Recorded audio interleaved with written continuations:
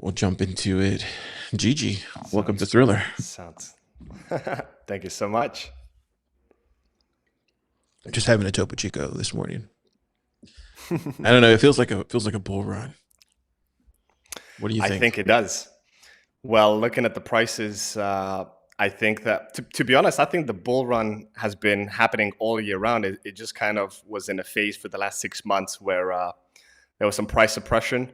But yeah, now I think kind of the horses are out of their houses, and who knows what's going to happen. And especially now Trump winning the election. Yeah, it's an interesting time to be alive. Dude, it's incredible. I woke up today and I saw 92K and I was just like, what is going on? Like seriously, like what is going on? I'm so out of the loop. I don't even know what's going on with some of these nation states. Do you know anything? Like what are you seeing on I your mean, side? Because you're I you're know on the as other much side as of the world, right? yes, I am on the other side of the world, but I get my information from online, like most other people do, mainly on X. There's a lot of like rumors, and every day I'm reading a new tweet. Oh, it's got off the phone. You won't believe who's buying. Like that kind of seems to be the trend at the moment.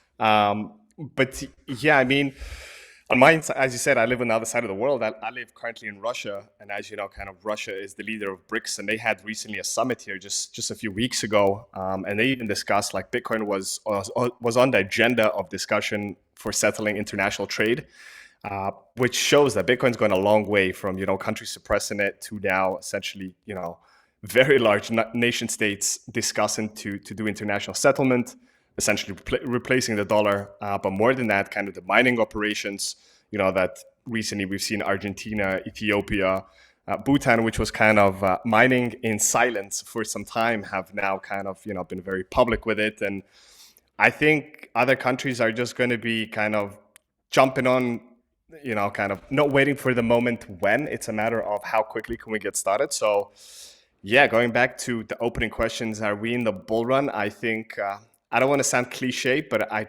truly believe this time is different because it's not just some retailer, group, some guys pumping their bags. Now it's it's become like the race to accumulate as much sats as possible. But yet that being said, like of course there's going to be bear markets. Like the Bitcoin's still going to go in a cycle, but I think this time, what I mean by it's going to be different, we're going to go to face melting numbers that people will be like, how is that even possible? And the simple answer is scarce resource, 21 million Bitcoin, right? And how much of it's locked away, how much of it's lost forever. Yeah, I think we're on a we're on a wild ride at the moment. Yeah, because it makes you wonder. Like, I think back to like 2013 and like even 2015, 2017, and like it was just purely retail driven, right? And then was it Yeah. 21, 20, and then that felt like more was like corporation driven. And now, I mean, what is it now? Is it a mixture of BlackRock and nation states? You think, or what do you think?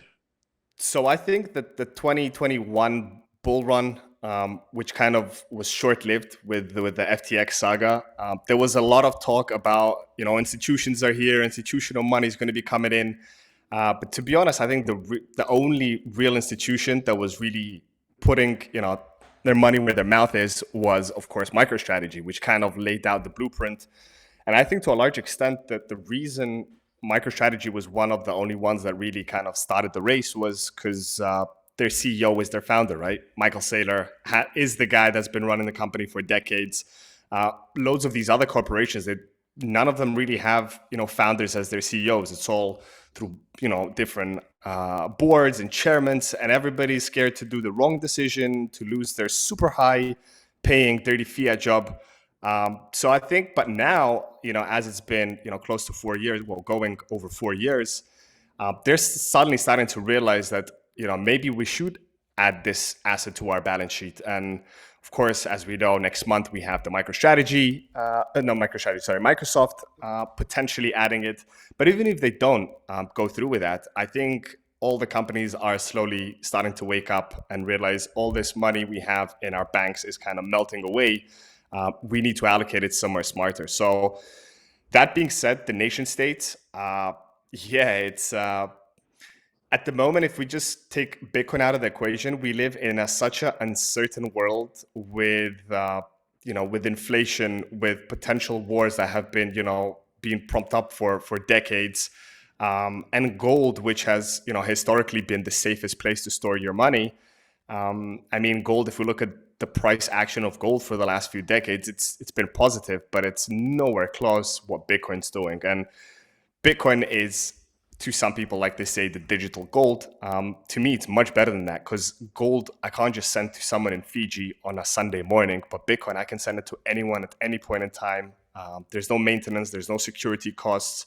And of course, the verifiability, right? Like I can verify that my sats on my cold storage are really my sats, So yeah, I think there's many different factors playing into it, and now it's kind of like all this trajectory of, I think retail is still in it, but retail's kind of now not that influential as it used to be in Bitcoin. Now it's kind of the big boys, the big companies, the nations that are really kind of in a FOMO phase. Like, wow, we need to stack as hard as possible. Yeah, That's what I I'm think. feeling. Yeah, for sure. I think it's safe to say that that we beat retail, um, or not beat retail. We beat nation states, and we beat everybody else as retail. So that's wild to think. Which is the first time with any asset class, because usually it's the big boys that get their first like pre-seed, and they buy it cheap, and then Hmm. they kind of dump on retail. Not that I'm giving any financial advice, nobody should be dumping their sats, but if you've been in the space for like a decade and you're buying Bitcoin for like a few dollars, and here we are in 2024, we're approaching soon to smash through 100K It's wild. dollars of Bitcoin. It's pretty insane. Talk about the ROI. Um, yeah, and to be honest, I think to me personally, anything under sub 100K is still cheap, even though it's like 100K. You're like, oh my god, it's 100K. But I am true believer that in the next few years, leading up to 2030, Bitcoin's going to be in the millions of dollars, because the more FOMO these big guys get, there's only so much Bitcoin that there is out there, right? If we look at daily mined Bitcoin, it's 450 Bitcoin at the moment, I think, in this fourth halving, and that's it. There's no more than that, and there is no, oh, I'm gonna go like do an OTC for 10,000 Bitcoin. Who's gonna sell you these 10,000 Bitcoin? And going to BlackRock, kind of the company that owns most of the world, is like perma bullish on it. We see Larry Fink on CNBC, like on all these big like TV stations, just kind of saying like Bitcoin is the way to have. And excuse me, I remember back when ETFs just got approved earlier this year, they were saying kind of, a good allocations to maybe 5%. Recently, I've been reading, they're even going as high as like 60-70% allocation that they're advising to companies, which is like Whoa! mind blowing, Wow! like it's a big jump in what, only 7-8 months. But if you look at historically the ETF chart, comparing it to gold, just the other day I was Yeah. showing it to a friend of mine who's trying to get into trading, and he was asking my advice. He was like, hey, like I want to start trading ETFs and stocks and everything.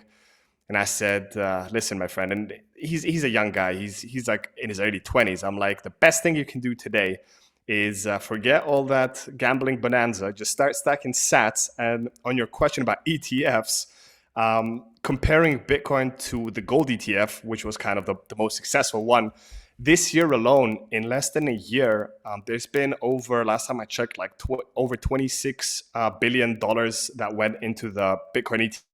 And that's more than the first 5/6 years of gold's ETF when it launched. Like, and this is only not even year one is done. So I think going forward, yeah, like BlackRock, everyone. I think even BlackRock has something to do with Microsoft kind of bringing this up to discussion, because they're a big shareholder of Microsoft, and BlackRock is kind of pushing everybody to buy Bitcoin.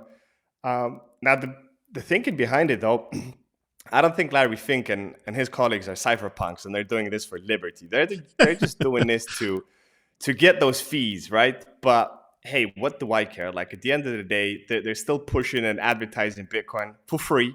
Bitcoin doesn't have a marketing department, right?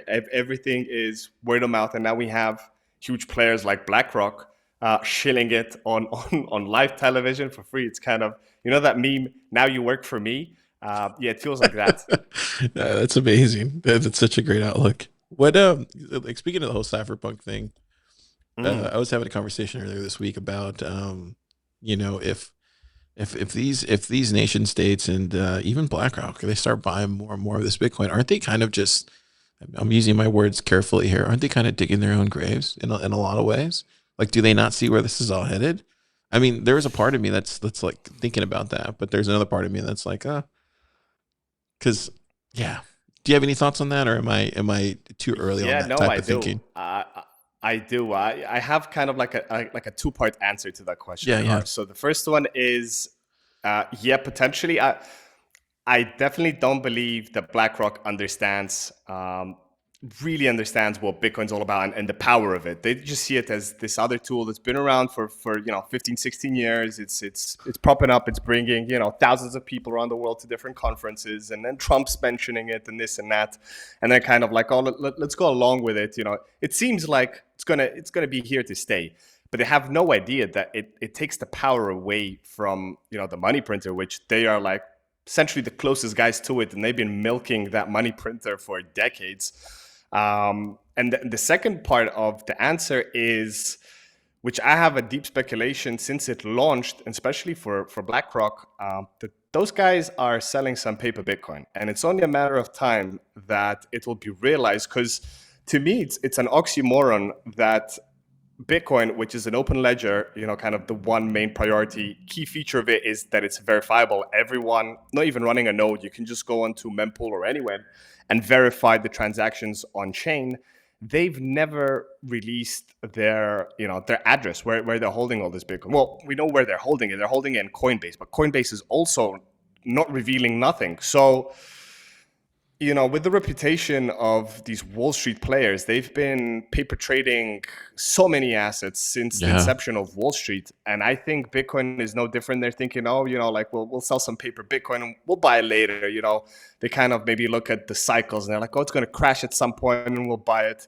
But if that turns out to be true, they're kind of playing a death game because at this point, I don't think Bitcoin's going to go down to low 20s, 30s, 50s, or even where we are now, a few months, not even a few months ago, a few weeks ago at 60K. I think those numbers will be long gone. So yeah, I have a speculation that it could be a death blow, but I think we're far away from that happening anytime soon because these guys have so much money under their control and they're so influential that this fiat saying too big to fail, which I absolutely hate. They kind of, yeah, I think they have that cushioning of, can I swear on this podcast or no? yeah, yeah, yeah. Yeah, in case they fuck up, they're like, oh, well, we've got friends that, big places that can help us out. Do you, So so do let's you, see. yeah, do you think so? Yeah, let me ask you another question on that then. Do you think there's paper trading going on then? I think so. I think so, and I think also like recently, if you've seen Card, like they changed their terms and conditions, like the contract that they have with Coinbase, where they wanted like 12-hour withdrawals. That was the only Mm, thing that was said. But I think I'm not the only one in the space that hypothetically thinks there's some paper trading going on. And usually, how these institutions work, they don't really trade the physical asset like an actual trade. It's all like done on contracts. May that be contract for difference or IOUs or whatever it is. I think with Bitcoin, it's no different. I hope I'm wrong. I hope they really are buying the Bitcoin they are. On the other spectrum, maybe I do hope I am right because if it gets revealed that BlackRock's buying paper Bitcoin, we're going to see such a big black swan event, and we can once again buy cheap sats. So yeah, either way, it can swing both ways. But if you ask me, Car, like, what do I think? Yeah, I think there's some paper Bitcoin trading. Maybe it's very small. Maybe it's not like all of it. But I definitely think, because I don't trust none of these, big Wall Street guys. And they've been doing stuff like very funny business ever since it was incepted, this industry. So I don't see why they would do anything different and do it fair with Bitcoin. yeah. That's why it's so important just to, you know, get Bitcoin on a cold on a cold card or whatever it is you're going to use. Of Um, course. just get it out of the hands of a custodian like as fast as you can. Um, I mean, we've been preaching this on like for like how long, how many years, get your coins off exchanges, yet there's still people, today holding on exchanges. If we kind of just stray away for a second from ETFs, but just talking about coins on exchanges. But I think to a certain extent, the reason it's still happening is the lack of education. Because I recently had a guest on my show, What's Your Bitcoin Story, where we specific kind of problem that we have with people holding their coins on exchanges. And one thing that I brought up that I realized, and especially living in where, Bitcoin, people know what Bitcoin, but it's, you know, they're not so knowledgeable about it. Most people keep their coins on exchanges because they see the exchange as a bank account. They're like, well, it's there. I can log in. I can see it. Like, it's no different to my bank account. And I'm like, whoa, whoa, whoa, whoa. No different to a bank account. Like, tomorrow you can go onto Binance.com or whatever exchange you're using, and you see a big 4004 sign saying, oh, you can't access it. What happens? There's no customer support. There's nothing. Like, it's not a bank. And I guess people just, they don't realize that they can hold it in their own, cold storage. Even some people, like, it's crazy. I work in I'm not proud of it at the moment. Still, I work kind of in the shitcoin industry, in one of the big media companies, and of course, we get our salaries paid in USDT. And some of my work colleagues have been working in this company that everybody knows, but I'm not going to name drop here because that's besides the point. But the point I'm trying to make is they've been working with this company for years. And when I tell them to make a transaction, they're asking me, how do I, like, Gigi, how do I send like someone USDT? And I'm like, what do you mean? Like, how have you been doing it for?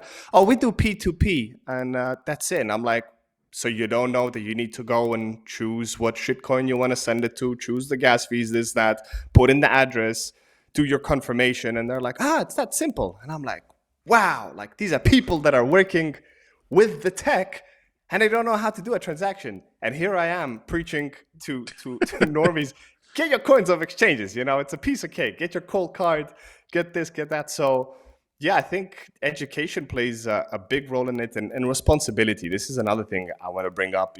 Bitcoin, what it teaches us is to be responsible. And to a large extent, people are not that responsible nowadays. Like, everything's done for us. You don't have to worry about anything. And Bitcoin teaches you that. And I think it's a good lesson, because if you're not careful with what you're doing, you can lose your Bitcoin forever, like it or not. That's the cold hard truth.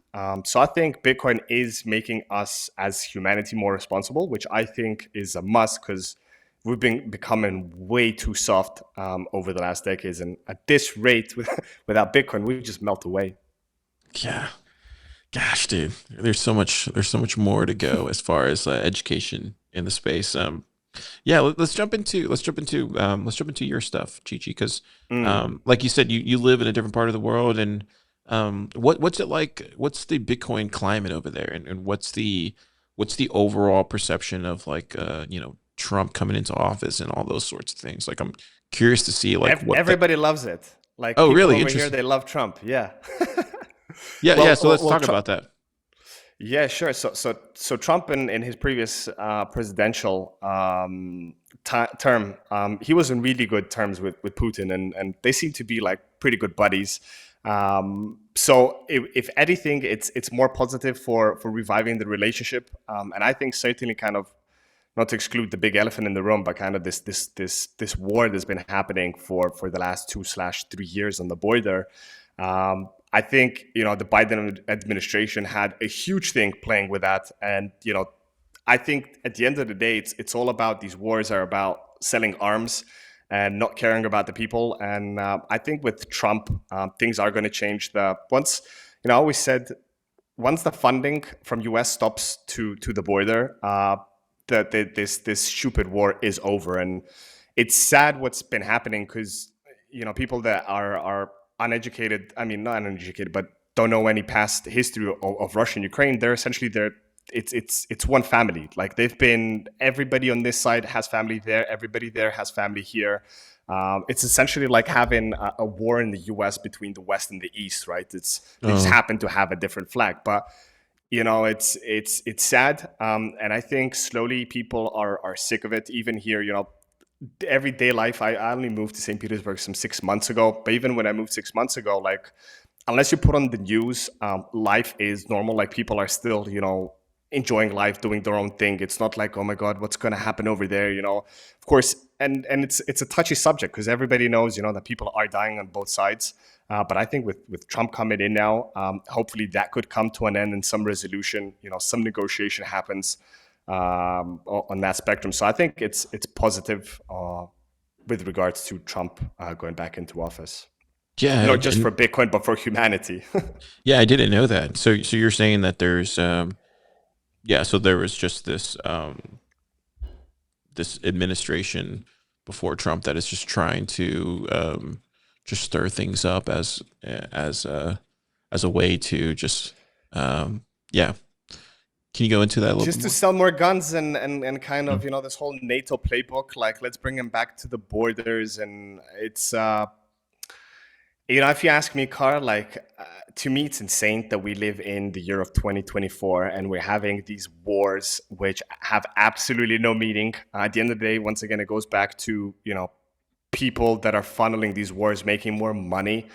It just doesn't make any sense. It's not like there's actual real need or like threat for your own country to go to these wars. It's just kind of like this proxy. And it's Ukraine, Russia is just the latest one. Like what we've been seeing in Middle East, since the early 2000s when this whole war on terror Yeah. propaganda broke loose.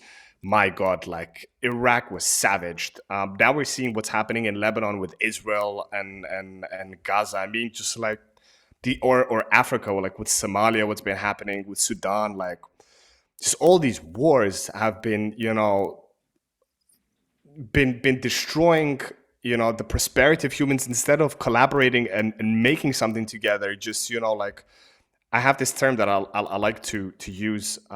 Bombing for democracy is like fucking for virginity. It doesn't make sense, right? Like you're not gonna go in Yeah. and sorry for my No, strong this language, but is truly, yeah. it's a strong thing, right? Like this whole act of we'll go bomb that country for democracy, like natively I'm ex-Yugoslav, right? And for those who remember, um, NATO bombed Belgrade through the help of US for like 78 days straight, the capital of Serbia, um, Gosh. to basically to democratize, to like free the people from the regime. And since then, like I mean, people are still like living hard lives. There's so much cancer and everything that's been caused by bombing for democracy, which just doesn't work. So I hope as we steer closer to this Bitcoin standard, on a Bitcoin standard, wars will be unprofitable. I Yeah, don't very believe that unprofitable. wars Yeah. very Yeah. unprofitable. Yeah. I'm not of thinking that wars will never happen. If we look at the history of humanity, we've always had battles and we always will. But the future battles are going to be, fought differently. It's going to be more of a negotiation and some teeth for tat instead of, oh, let's send over some tanks or what they're doing today. Let's send a sweep of drones and just go bomb the shit out of people, which is scary that drones, especially with AI, are choosing which targets to hit. Like, wow, like how far have we gone wrong in warfare that we're sending, essentially robots to go and make decisions on who lives and who doesn't. Uh, Scary stuff. Yeah, absolutely. Yeah, I love that you touched on all that stuff. It's important to get that out there. I don't think there's nearly enough Bitcoin podcasts talking about this kind of thing. Um, Hmm. is there?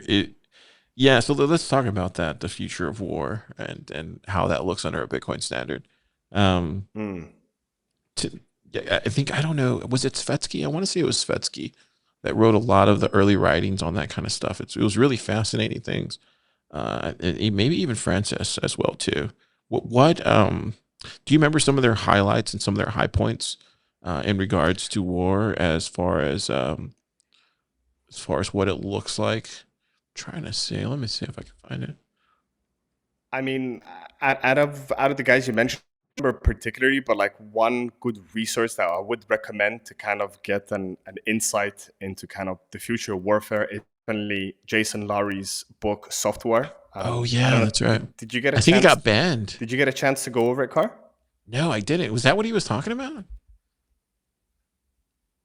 Yeah. So for those that don't know, Jason Lowry, which is part of the Space Force, he wrote his thesis, which was titled Software, and he released on Amazon. And I was lucky enough; I actually have it right there on the bookshelf. I Okay. can put it out later, which was kind of it was released publicly to purchase, and then within, I believe it was not even 2 months, it got suppressed.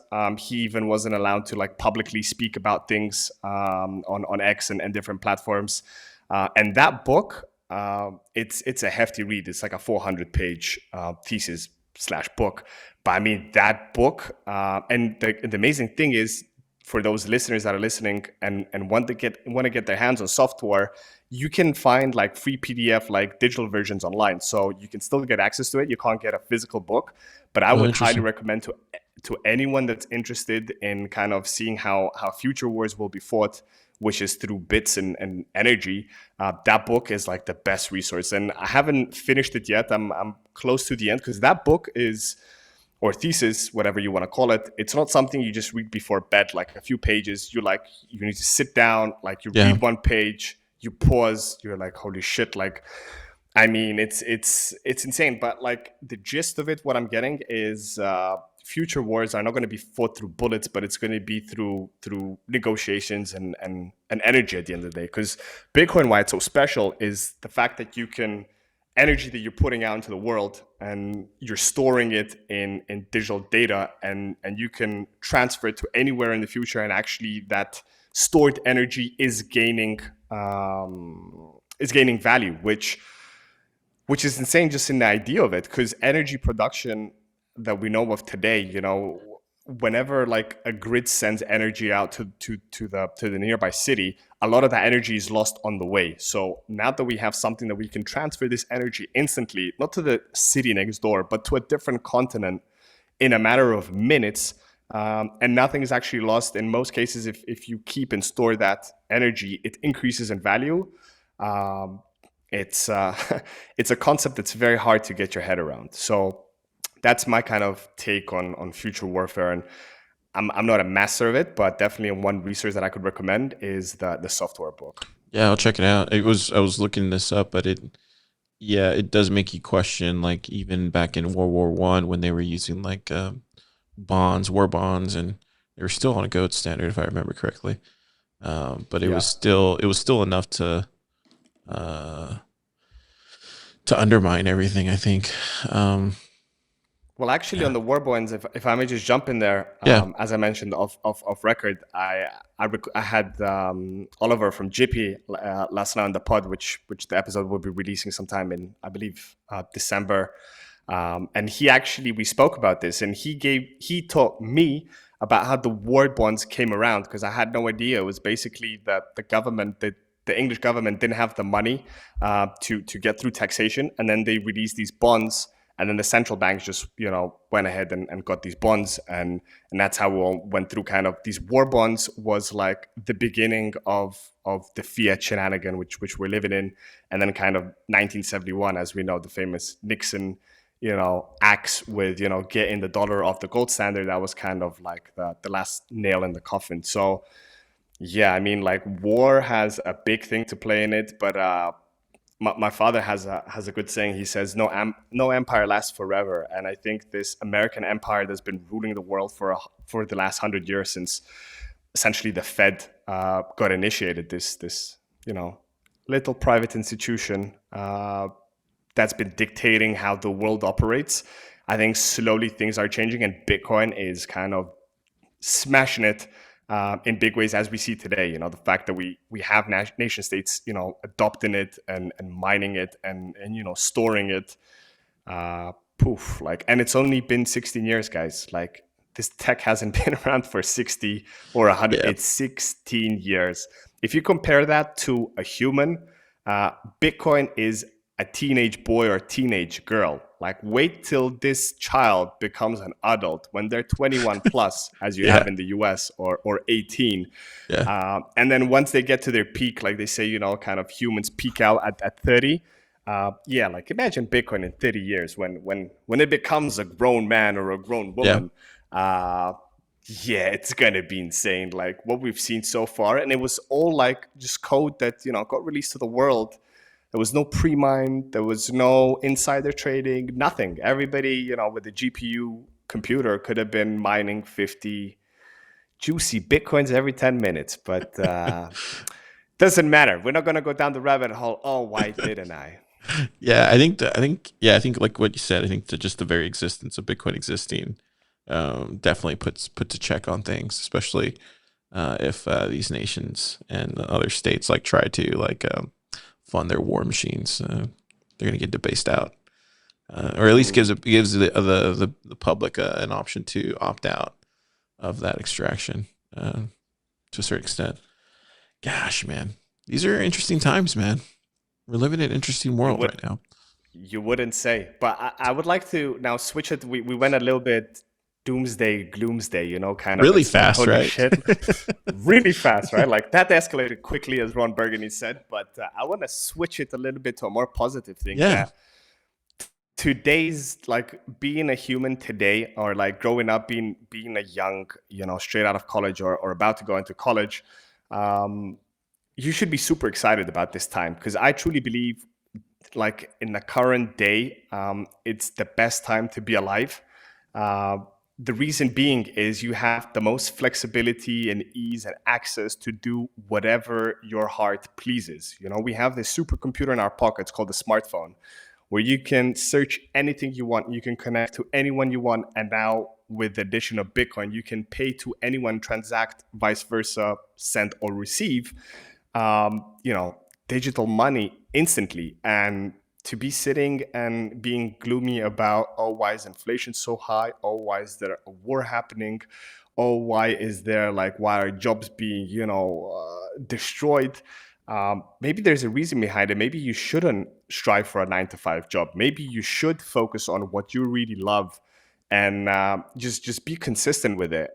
One thing I got told from a young age, because I come from a trader's family. Like before the term entrepreneur, it was essentially traders, right? People looking for a problem, trading between each other. And my family tree goes way back, and everybody used to be a tradesman. And then I was seeing as my dad, he did so many different businesses in his life, and I was always questioning. I was like, Dad, like, how do I know what do I want to do in life? Like, there's so many options. And he told me, which I didn't understand at the time, but he told me, son, find something you love in life, and you won't work a day you won't work a day in your life. And to me, that didn't make sense. I was like, what do you mean find something I love and I work every day, but I don't work? Like that doesn't make sense. But now, as I grew older, and when I found Bitcoin, I was like, this is what I want to do every single day, and it doesn't feel like work. And Cara, I'm this close to putting in my notice and just going full time into Bitcoin.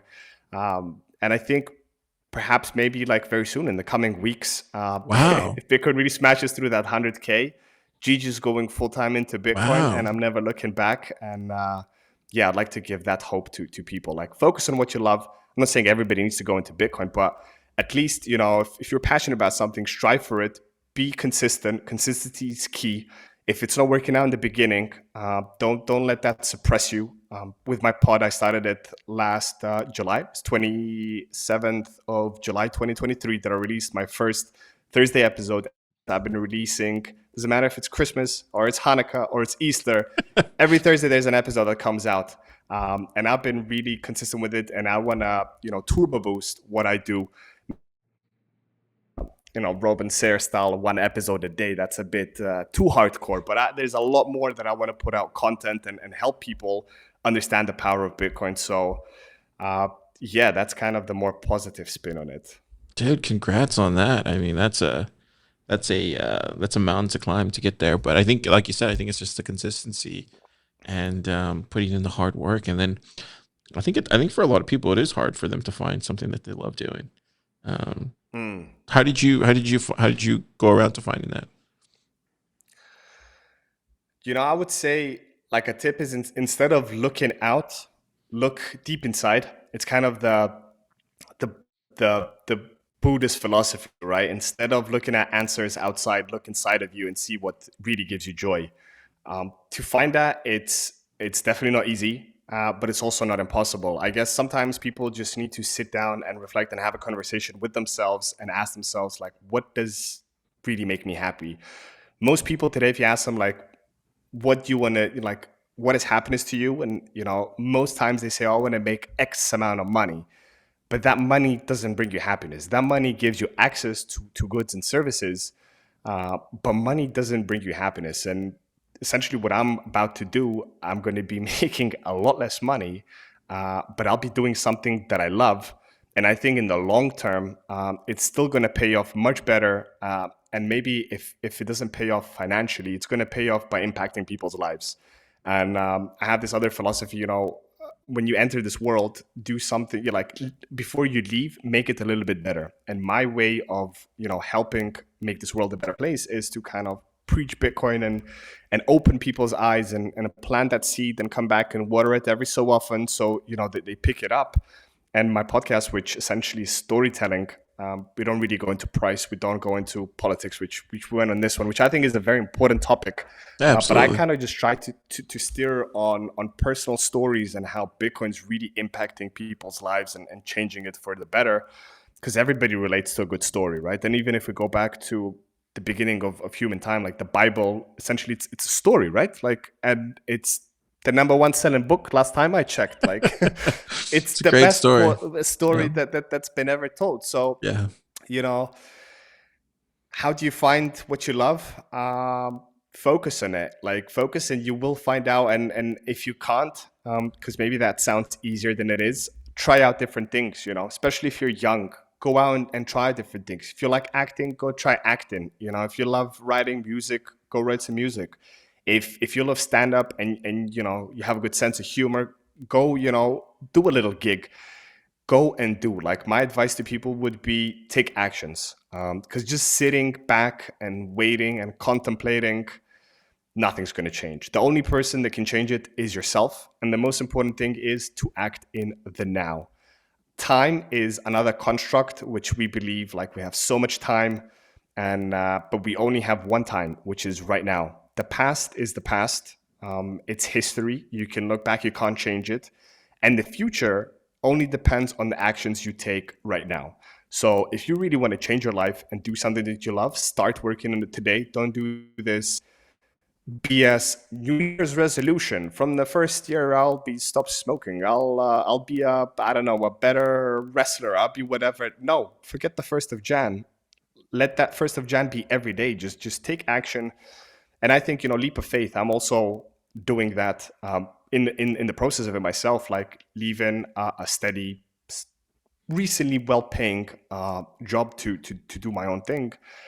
I'm doing it because I believe in myself, and I believe I could do greater things than just be, just a number in some company. And, like, I have this fire in me that I just want to share this Bitcoin and this tech with everyone, and I'm so Yeah. pressed on my time. And time is like the most scarce things. But I'm like an old record on my pod going talking about time. But I really want to grill into people's minds, like, take care of your time. We all share the same amount of minutes every day, and we just blow them away. May that be TikToking or Netflix or, I don't know, just playing video games or whatever. I'm not saying don't do none of those things, but, like, limit them. Focus majority of time on things that really mean something to you, and that gives out to people, instead of being selfish and, oh, me, this kind of consumerism mindset. Yeah, absolutely. I think that's fantastic advice. What was there anything in particular that wanted you to take that leap of faith this bull run? Do you feel like everything's kind of Mm. lining up right now, or do you think it's you can just feel it within your bones? And or yeah, I don't want to speak for you, but like, yeah, what do you think that is? I think this was coming for some time. This is not just like, oh, I checked the price today and it's 92 and 2K, and I'm like, you know what? I'll I'll go do my own thing. No, this has been something that's been in me for a long time. I was also, prior to the current job, I did some of my own kind of entrepreneurial things, and nothing really worked out. Going back to my advice, try out different things. But then, the more time I spend in Bitcoin, I'm coming up to, or now already past that. My journey started in August 2017. So I'm like 7 years plus in Bitcoin now. Like, there is nothing else than Bitcoin to me. Like, nothing really matters more than it. And talking about timing, why now? Going into the bull market, I think there's going to be, once again, so much euphoria, so much hype about it, that people need guidance, and people need resources to how should I call it, enter the space the least frictionless way, right? We spoke about in the beginning about ETFs.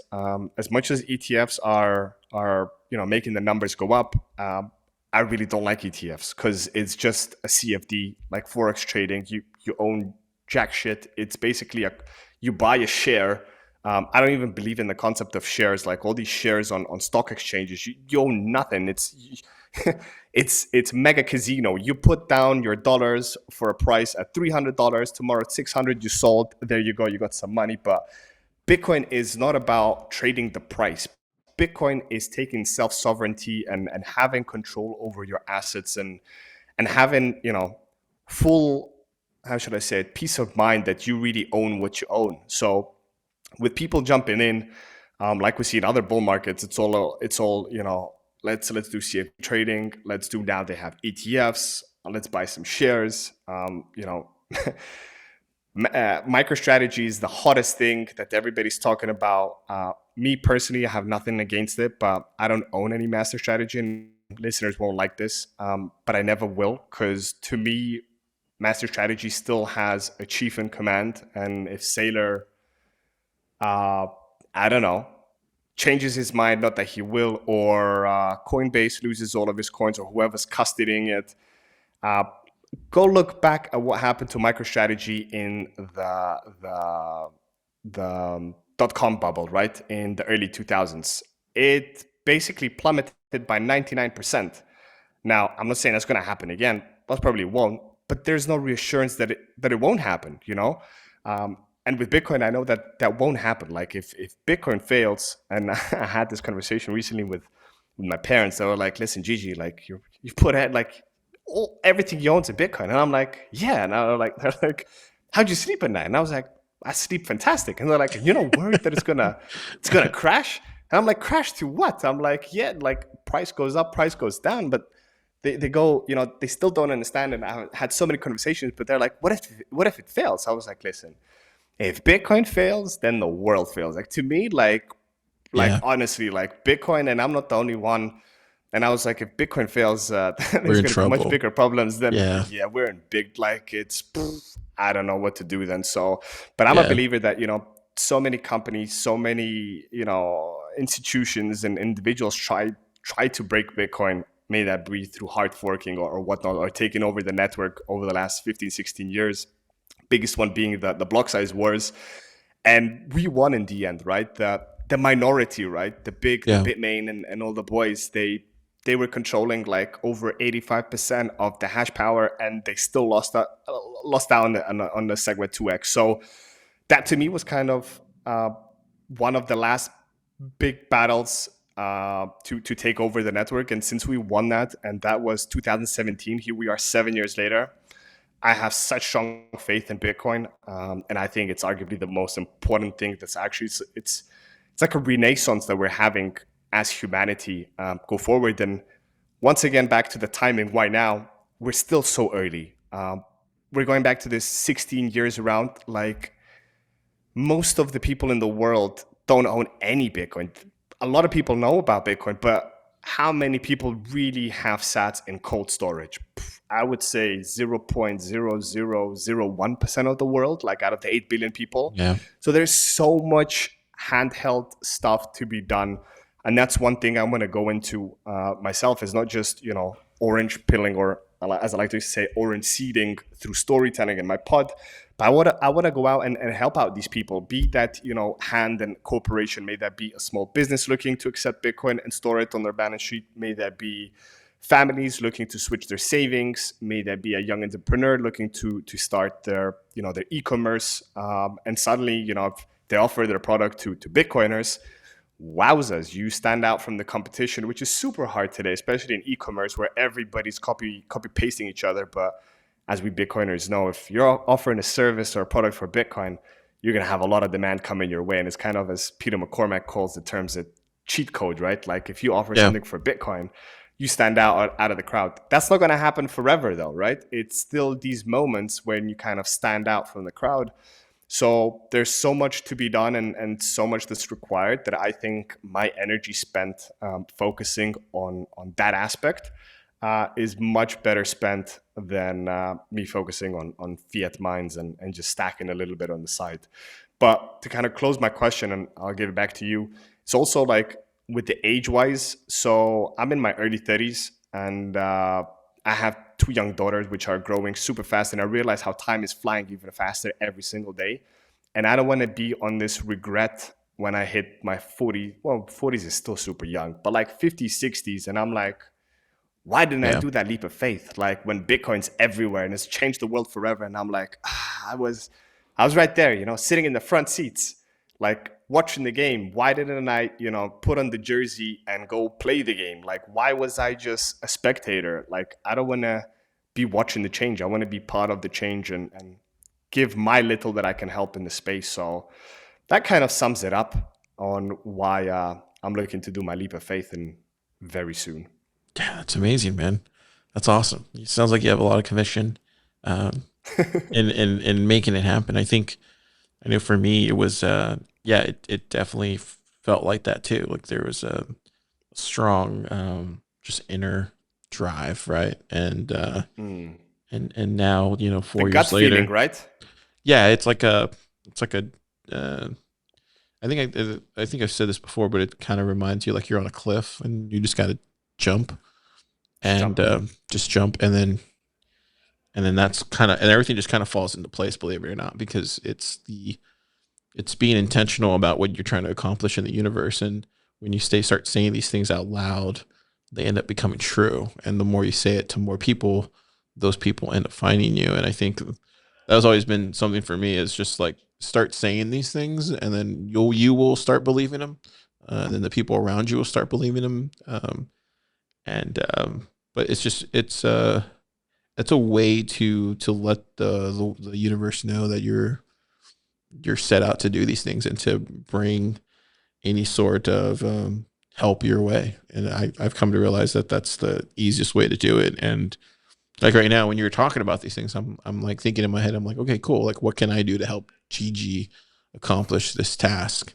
And I think right now dude, it's never been easier to do like a Bitcoin company or to do anything Mm. Bitcoin related. Like I remember when I first came in, there wasn't that many free things, or not free, but I mean there wasn't that many avenues or options out there to go and like do a Bitcoin company. You really had to do it, off of your own back, off All of your own, yourself. yeah, all yourself. And now there's just so many places like Pleblab, or even most Yeah. cities now are going to get their own hub, so you'll be able to lean on some of those people there, even if they don't have expertise in the space. But like, it's never been easier to do something in Bitcoin.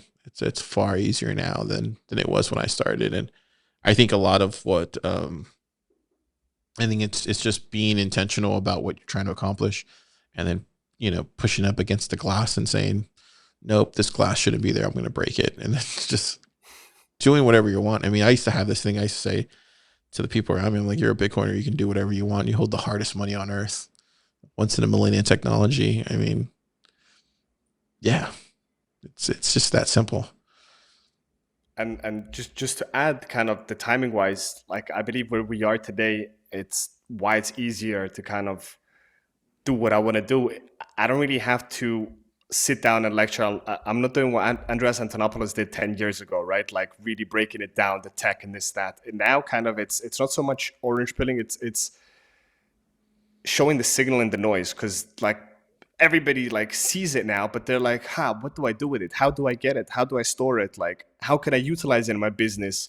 There's so much opportunities with dot connecting. So I'm not a technical guy. I'm not a programmer. Unfortunately, I can't contribute to the Bitcoin core, but I can contribute with dot connecting. May that be, connecting you to the right place. A lot like what you guys are doing at Pleb Lab, connecting you to people where you can get some fundraising. Shout out to Timestamp, which is doing great things. Or Yeah. I mean, mining, which is, has been for so many years this taboo industry to be in Bitcoin mining, but now it's like, oh, like actually, it's not burning our oceans, and actually, it's probably one of the most kind of, maybe not right now, but in the future, if you've got a long term plan, it's going to be the most ridiculous ROI out of any venture that you're going to do, and especially if you have like natural resources like hydraulic energy. I think this is something that most people and nation states that don't realize like how much unused energy is just being wasted away through their dams, which are generating some hydro energy. Like if you install some Bitcoin ASIC machines in there, oh my god, like, and just be mining, so not buying it off exchanges but actually mining it, which you're getting like at least a 50% discount on the actual Bitcoin price that you see on charts, and you're holding it for the long term. I mean, the savings that you're doing for your country is insane. And that's a big part of what, Samson Mao, shout out to Jan 3, what they're doing, speaking to these leaders, which I think is arguably one of the most important, contributions that are happening in the space now. Because, even though Bitcoin's, a grassroots movement, these guys at the top still need to kind of get educated. They need to have that aha moment. And if those guys have aha moment, then the grassroots projects they're on a parabolic spectrum, because it's so much easier to adapt it and go forward with this. So I think, I don't want to speculate, but I think in the next 50 years, there's a high chance we will be in full Bitcoin hyperization, where you will be able to spend your sats nearly everywhere for any service. There's no need for selling. Like, a lot of people talk about tax implications, like, oh, like, but if you sell here, like, I tell people, like, never sell your sats unless you really have to. You should never be selling your sats, and in the future you won't have to sell them. You will just spend your sats for the things that you really need. It's just a matter of time. Like, it's the low time preference. And that famous meme, I'm sure, as everybody loves the memes, but the Neo and Morpheus Oh yeah, that's quote my when he favorite goes, one. are you telling me that I won't have to sell my Bitcoin in the future? And it's like, that's correct, Neo. In the future, you'll buy things with your Bitcoin. So, I truly believe that's going to happen in some parts of the world. You can already live on a semi-Bitcoin standard, like some small circular economies that are happening in the emerging countries. But I think we'll see more and more of that, especially as nation states adopt it. So swinging it back to Also, where we also, started. also too, like I think it'll get to a certain point where people just won't accept your fiat currency. Like I know at a certain point Very true. people would just be like, you know what? No, I'm not taking your dollars or whatever your currency is in your country. Be like, I only take Bitcoin. I actually Do you think know that that? actually will actually happen first before country adoption. True. I think that's similar to like some countries that have like a hyperinflated local currency, like we saw in Argentina and Lebanon and everywhere, where people were actually like you would get like even a discount if you would pay in things in dollars, right? Like people would just want a better currency compared to their own currency. Now Bitcoin is kind of gonna, just like smash the dollar out the way and be like, "Oh, actually, I want to get sats instead of my pesos or my pounds or whatever your state currency is." The more they print, the more people will be inclined to accept harder money. But for that to really kind of have that aha moment, there's a lot of work to do, for people to understand like how and why they should be accepting that form of currency. Yeah. Gosh, man. Exciting times. Exciting times. Is there anything in 2025 that you think is under the radar right now, but you think is going to percolate or going to change things, or have we pretty much covered that? I mean, from what to expect next, like I'm personally really curious, what's going to happen. So first of all, in the beginning of 2025, with Mr. Trump going back to the White Uh, House. I really, first of all, I want to see yeah, if we our never talked about that. So what was your? I mean, you gave me your country's take on it, but what's yeah. your take on the whole Trump thing and the election and all that stuff? I mean, just in Well, general, because I'm you're seeing all crazy things, true. coming out of this crazy country. But like, what do you think's Personally, going? I'm happy with it because Yeah, having 4 years of Kamala would be painful for like not even living in the U.S. You know, like just like when the little clips that I saw on X of her speak, like when she and her laugh, it's the most painful thing dude. that If Gigi, that I like ever heard. if Kamala would have won, I was telling everybody if Kamala would have won, like Texas would have seceded. That there's no way we would have And stuck X would around. be put down. Even Elon said if they Yeah, win, like we're done. Like, yeah. and imagine that. Texas Imagine a would have world just been without its own X. country. It really would have. I'm not even joking. Like I really think it would have. I think that would have been the final straw. But luckily that didn't So happen.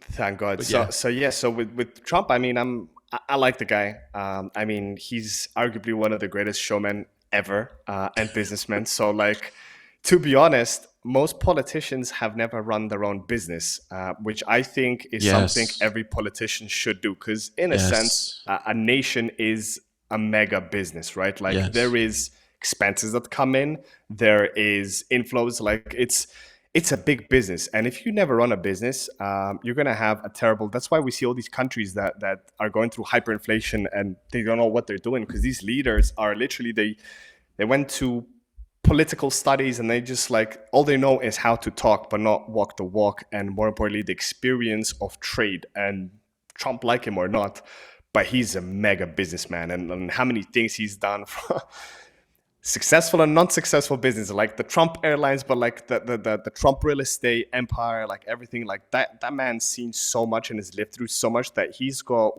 way more experience than the other candidate which was on the board. So I think it's going to be positive. And if we look at history during like Trump's time, the economy was doing much better. I wonder why, right? Because I think maybe he knows some stuff, and kind of the people that he put into places do actually know what they're doing, instead of throwing some shit at the wall and checking if it's going to stick or not. So I'm really positive on that. But going back to what I wanted to mention with Trump, I really hope he sticks to his words and day one he yeah. frees Ross Ulbricht. I think That that's would when be we'll like know. a That's when we'll huge know. moment. Yeah, I think that's Because when if we'll he know. does that, then everything else that he talked about, the Bitcoin strategic reserve, which has been like everywhere in the media, even if you go on like Bloomberg and Forbes, these days, like everybody's talking about this Bitcoin strategic reserve. If those things really start panning out, and I'm really curious to see how it's going to happen, like this plan of buying 1 million Bitcoin over the next 5 years. The other day, I was listening to Samson Mao's interview on Joe Nakamoto's channel, and Samson said he even doubts that US could even buy 1 million Bitcoin because like there's so much rush for it. Like who's gonna sell 1 million like Bitcoin? That's a huge percentage. So how is that going to be done? Is it going to be done? There's a lot of things that we're yet to see. Uh, but if you're asking me if I'm bullish on 2025, hell yeah, car. I am perma bullish on 2025. Yeah, it's just we deserve it though. It's been 4 years of It's absolute been coming. hell. Like it's been 4 years of absolute hell. I mean, think about it. Like COVID happened, and then after that, Yeah. the wheels just came completely off, and then we don't even know who's running the country. Like honestly, I have no idea who's running the country. They Well, say it's definitely not Biden.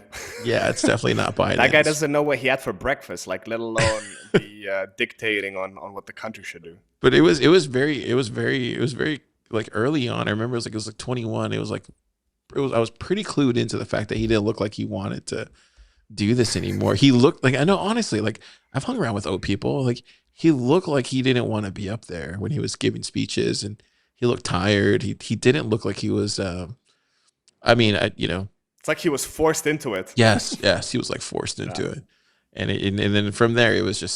it was I'm downhill. surprised. I'm surprised we made it out alive.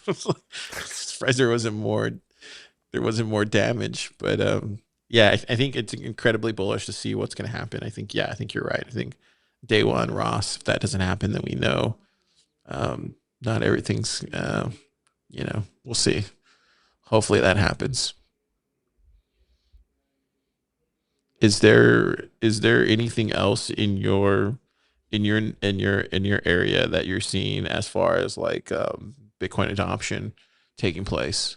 Do you see it? Do you feel it around you? Are people coming up to you now, or all those signs? Hey, Kara, we. Oh, Oh, I'm back. okay, You kind of paused.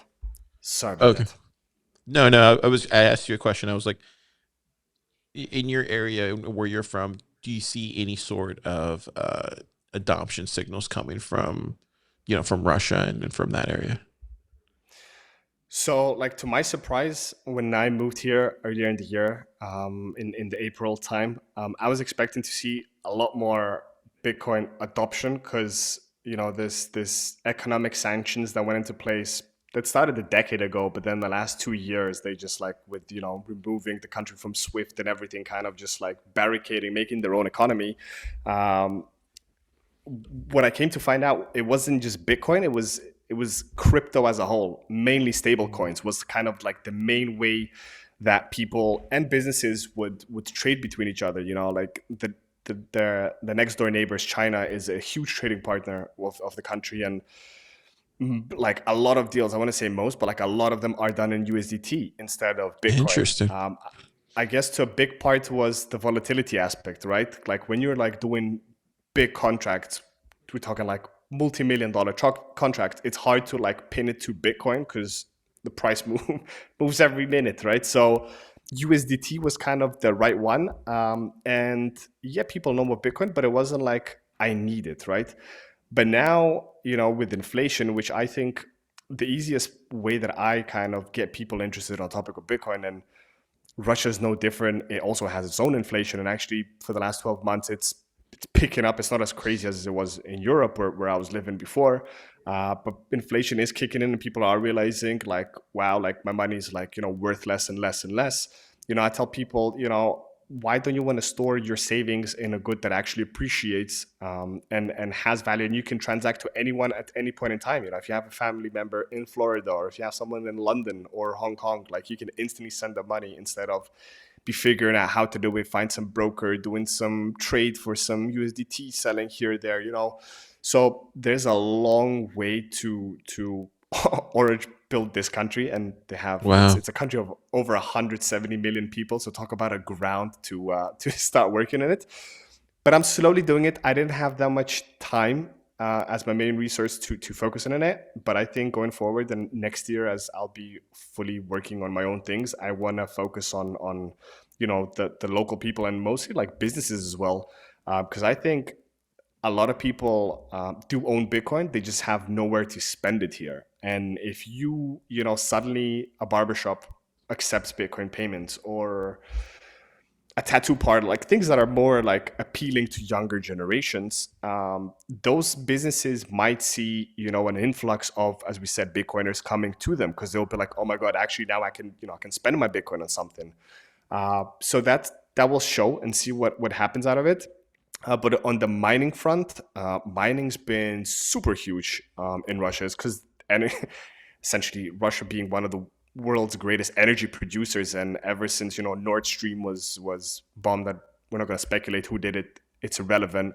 But like the energy, like there's so much surplus of it, and it's so cheap. Like where I'm at in St. Petersburg, like 1 kilowatt of electricity is just under 4 cents USD. Wow. And that's like the second largest city in Russia. But if you go like up north towards like Siberia, you can go to like 1 cent or maybe even less than a cent a kilowatt. Like it's really cheap to mine here. And there's some like really big operations. And I don't know if it's official or not, but like there is speculation that the government also has their own, mining facilities. They're just not vocal about it. But I think they certainly are, since going back to what I mentioned with the BRICS meeting here that happened a couple of weeks ago, when they were talking about, Bitcoin as using as a tool for international settlement and goods trading, it would make sense. I mean, they're not dumb. They see what's happening in the country. They're like, maybe, we should set up our own, facility and mine this universally hardest asset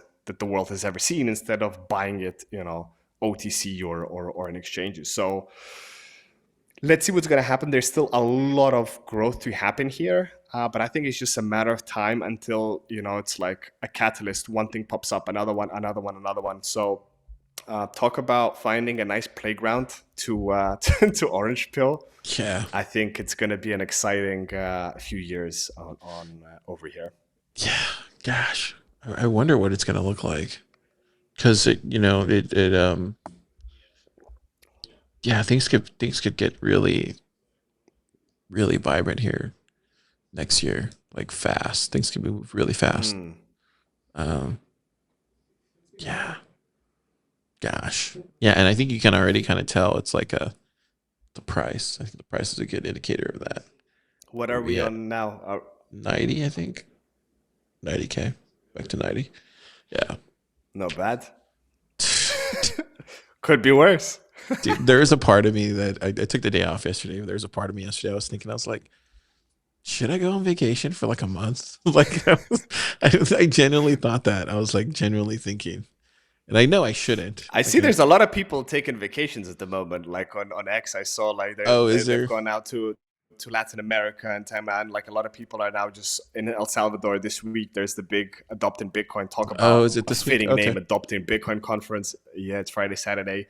And everyone's just like enjoying pina coladas on the beach and stuff. And here I am doing my 9 hour grind. And I'm like, the fuck am I doing with my life? Like I didn't have the Yeah. thought of should I go on vacation. I had the more of a thought of let me get out of this fiat mind and just go like full attention on Bitcoin and enjoy every single day and not deal with useless drama and in a sense wasting my time because That's how I you was you. I know was you. Like I was exactly like that. Like I was in your position, mm, 21, like the same thing. I was having the same kind of like thoughts in 2020. Like, and you just finally you just do it. You mm. know, you just have to go and do it. I mean, yeah.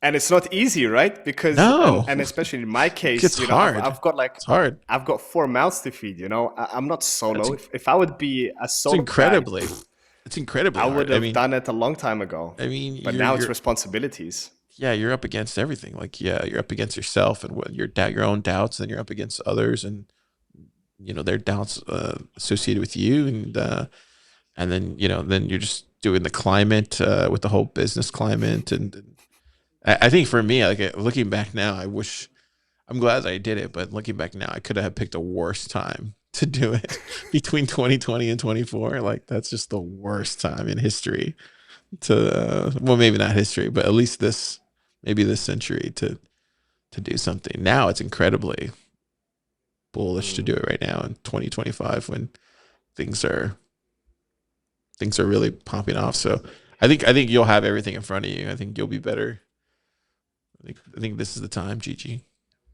The opportunities there. Yeah, I also recently listened to whose podcast was I can't put my finger on the name of the Yeah. podcast, but the guest was speaking about like the message which really resonated with me was right now is the best time ever to get involved with Bitcoin, right? No matter that the price is, and the price was a few weeks ago still at 60,000, it's much better getting into Bitcoin today, not 60 or even 90,000 than it was like 10 years ago when it was $100 because nobody understood it. Nobody saw what is going to happen into it. And today, like, it kind of got the government approval, the fact that like there's so much discussion happening about it, and of course the ETFs, like Yeah.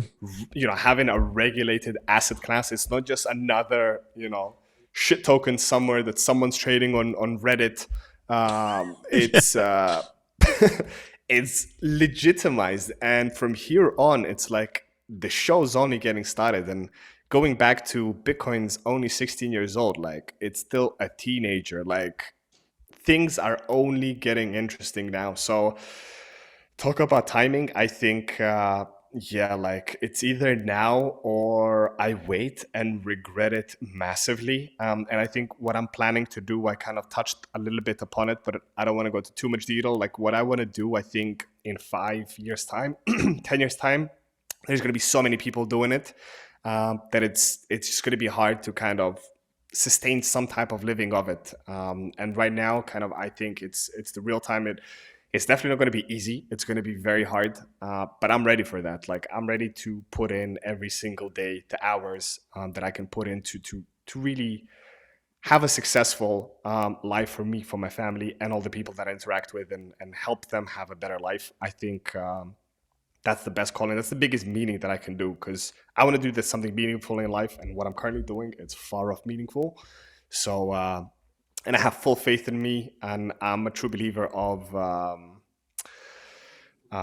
laws of attraction, right? Like what you put out, you receive back. And so far, what I've been doing with the podcast, I've been getting so much positivity and support and good words back. And I've only been doing one show a week. Like imagine if I could be pumping out content every day, like this time next year, like end of 2025, poof, like I'll be Yeah, laughing that I took so long to make that decision to jump off the cliff, and that's yeah, what I'm working towards. yeah. I mean, it's exciting to watch. I mean, you have a really exceptional podcast, man. Um, it's so original. It's like it's one of those too where like looking back and I'm like, why didn't anybody think of this idea for a podcast sooner? That's I'm always not, been. Oh, go ahead. I was gonna say, why no, didn't no, no, anybody go, think of that go. podcast sooner? Like the idea that you had for it. It's so original. It I think is. I think I told you this before. I had an idea a long time ago, like in the 2010s, about doing like a common. I forget the name I was going to give it, but anyway, it was about talking to the common person about their life and Mm. stuff. And yours is very similar. It's just like but just for Bitcoin, it's so great. What's Well, Let it me ask you real was. quick about that, real quick. What's the What's the story? best? What's the best Bitcoin story you've heard?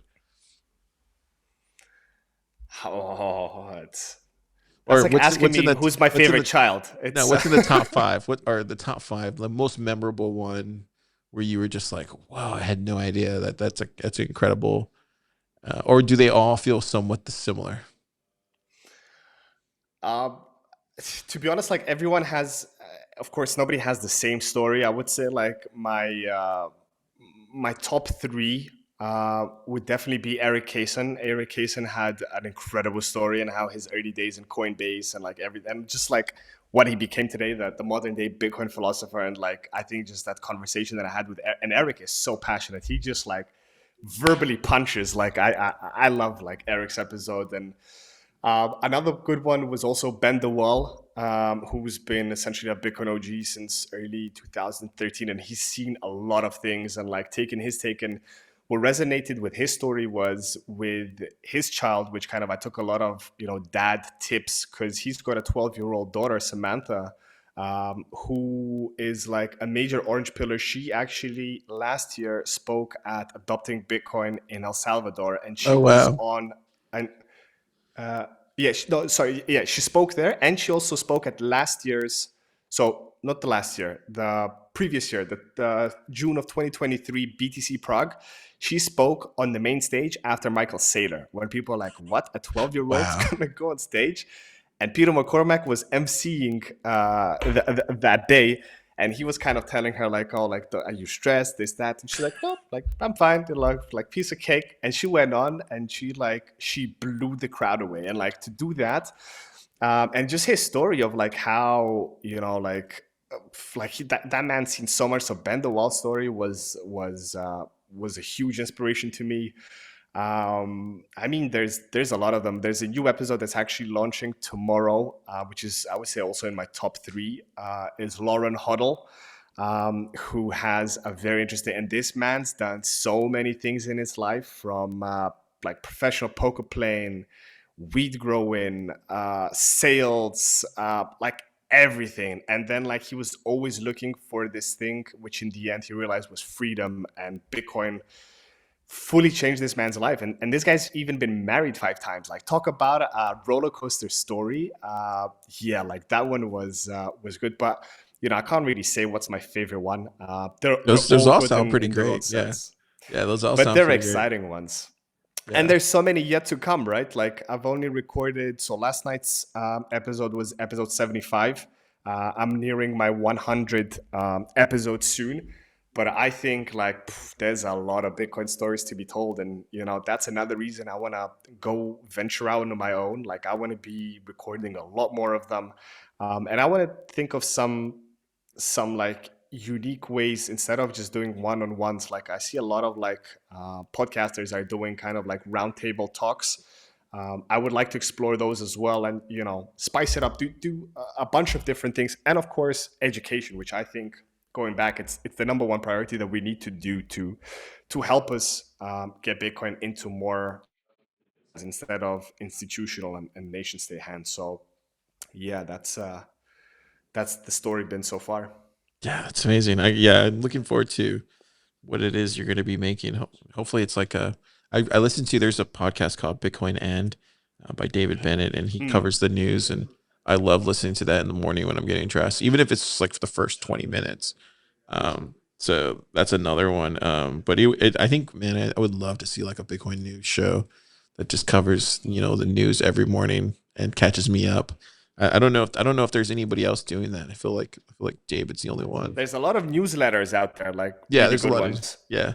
And especially the no bullshit Bitcoin one. That one's Oh probably one of my yeah. favorite ones. It recaps everything, but it's a lot of stuff. Like I would like something like that in like a short content format.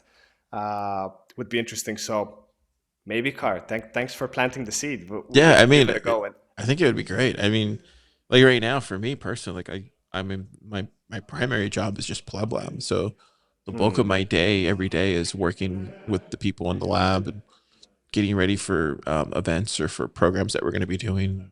So it's a lot of that. Like that's a lot of it, and brings the most stress. But when it comes down to like doing Recording Thriller or Stacker News Live, which I record with Keon every Friday. Like those are the fun times. Like these are the fun times because yeah, it's not work.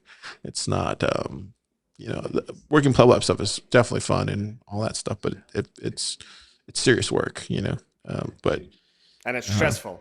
These shows very are not stressful. stressful. They're de-stressing, if anything. Yeah, these shows are de-stressful. Yeah, they're de-stressing me because it's just chatting about Bitcoin and hanging out and learning about what everybody else is doing, and I get to step Yeah, away for a little bit and really get a listen for a little bit instead of talking.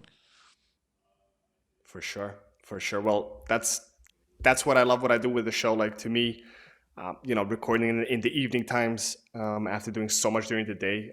Some family members are like, "How do you do it?" Like, and when they realize I'm not even getting paid for it, they're like, are you nuts? Like, you should be sleeping, you know?" But I'm like, no, like I do it because I love it, and like I get re-energized. Like it gives me hope. Like it tells me I'm on the right track. And yeah, there's nothing more I would love to do than doing this full time.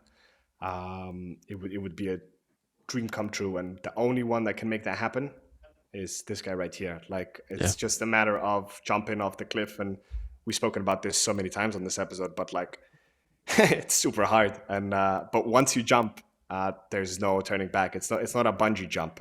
You're not getting pulled back up. It's another journey. So you can do it. I know you can it's do it. You excited. you can totally do it. I can. Yeah, there's no doubt in my mind. Let's do rapid fire real quick, and then we'll end it Sure. after that. But I do this rapid fire every podcast where I try to run into 3 questions. Usually, I just make them up on the spot. So, um, Let's go. okay, let's go with the first one. The first one is day one. Does Ross get freed or not? Yes, I really hope he does. Because if he doesn't, then it's going to be a big question. What's all this like Bitcoin talk that's been happening? Uh, is it just going to be Bitcoin in play, or it's going to be the real deal? That's what the show is. Okay. Yeah, I think I saw Ross tweeting too. Like he's been tweeting that he's ready for it. So yeah, I'm not sure what actually happens in that process. I wonder if it's just like a mandate that he sends out and then they just make it happen, or is it something that he I has think to it's like a send? presidential pardon. Like I Yeah, guess the president needs to sign this golden piece of paper, and that's it. And he yeah, gets out. But yeah. we'll see. We'll see. Okay, so you think yes? Okay, cool. Second question is, what's a good piece of music, art, book, movie that you've seen this year that you'd like to recommend to the audience listening? Ooh, so I think you already I'm an did one with avid. software earlier, but It's software, yeah. this, But like yeah, this year, like I'm an avid reader. I read a lot of um, mainly Bitcoin literature. One book that I'm actually just finishing now, which is right here on my desk, which I would highly recommend. This book didn't come out this year. It's called the Sovereign Individual. This book was published in, if I'm not mistaken, 1994. So 30 years ago. But this is, sorry, a bit later, 1997. So nearly 30-year-old book. But this book really, it's it's like a blueprint to what we're living through today, and it talks about the cyber economy and how, like how the sovereign individual will be free to do what they want to do in life. And this book is also another catalyst which is pushing me to do what I want to do. So the sovereign individual for sure. But then there's, I can quickly go over some other really good Bitcoin books. Abundance Through Scarcity by Ioanni Appelberg. That is a fantastic book, which I really enjoyed. And actually, I had him on the podcast and we talked about his book. And this year he released like a rehashed, it's like a little bit revised version of it. And it's, I must say, like it's one of the nicest books when you hold it in hand.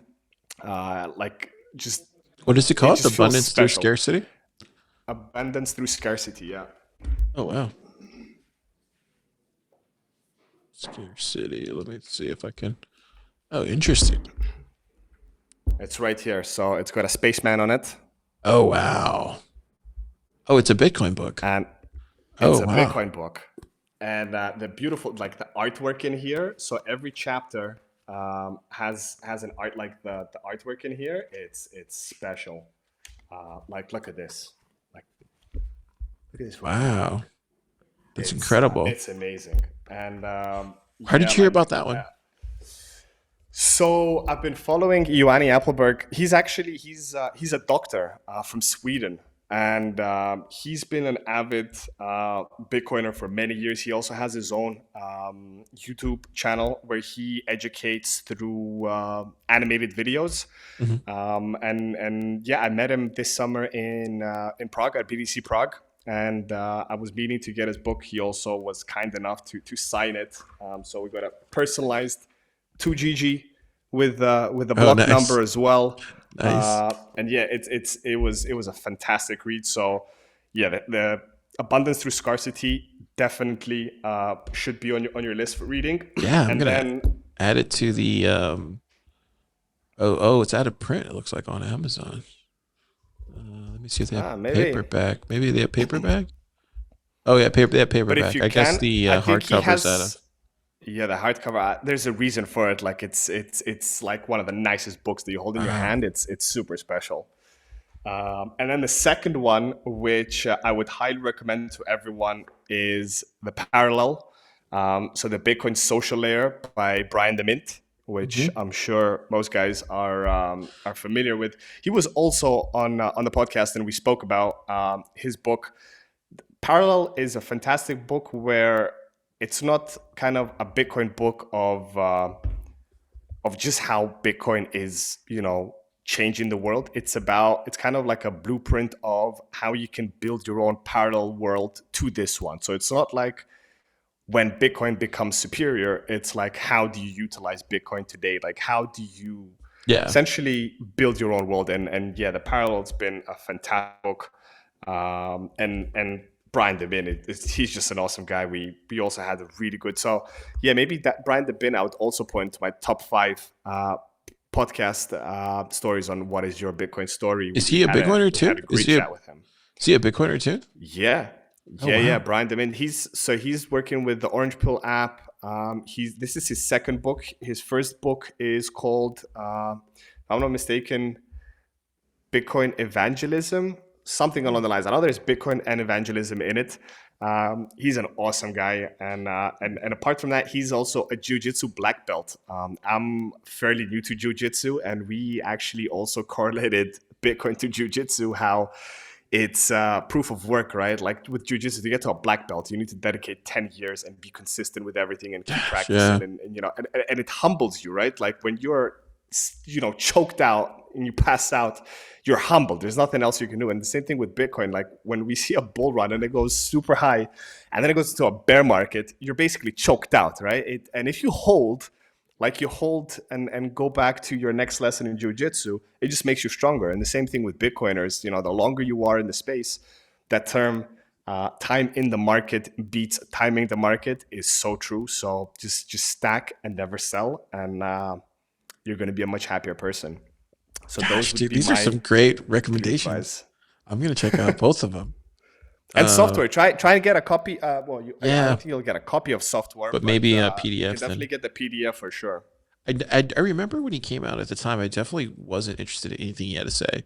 But he might have just been ahead of the curve because I'm Mm, now a little bit more interested in talking about this stuff. I think now as the price has gone up, where it's a fascinating kind of like playing the tape out um, yeah. conversation.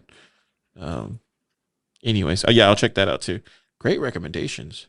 That's another thing I've noticed too. Like I've been so checked out with what's going on with regular Bitcoiners on things. So it's cool. Um, that's why we need the daily Nice. news show, Gigi. Maybe to share these Yeah, because instead you of just maybe sharing it on Nostr and you'll my have like Telegram groups. yeah, you have like the We could. top three stories or whatever. Then you have culture section and meme section. Who knows? Something to think about. The final question. The final question is, um, what's when you think about what you want to create for the world, and you talked a lot about that in this pod. You know, what is it that gets you up every morning to go and do that? I know you said Bitcoin, but it's is there some sort of advice you can give others that are in similar situations where you know they might think that they I mean, yeah. thinking from myself, like what gives me the courage to do what I do is knowing that the time I spend on doing specifically this show at this point in time, it's going to be something that I'll leave behind, if nothing less than for my kids to listen to what Dad has gone through and what it was like in, I wouldn't call it the early days of Bitcoin, but maybe in 30 years time, it'd still be considered early days in Bitcoin because once again, it's only 16 years, right? And now it's kind of the most exciting time in Bitcoin, and there's so much happening that there's so many like quality conversations that need to be talked about. So to me, what gets going is hearing how people's lives are being changed and what's happening in the now. Similar how you said yourself, Carl, like finding out like what are people like doing today, and not just being like in my own tunnel focusing on something. So what gives me the drive is knowing that I'll leave something behind, and may that be the podcast, may that be some other form of content I'll be rolling out, or engagement with people. I'm leaving something behind me that you never know when your life ends. And if it ends tomorrow, I want to be happy with what I left behind. And that's what drives me every day. Like I don't want to, or God forbid, but like if I get to my 80, 90 years old, or hopefully 100, and I'm thinking like, why did I waste my time on this earth? It's all about like giving back and leaving something and having an impact on other people's lives. That's what gives me the drive. So this is why I'm so close to doing this leap of faith, and really maximizing how much impact I can leave on others and leave something behind after I'm gone. Gosh, it's beautiful, man. Love that. Love that. Okay, we'll end it right there. Yeah, we did like an hour 27 minutes. That's not bad.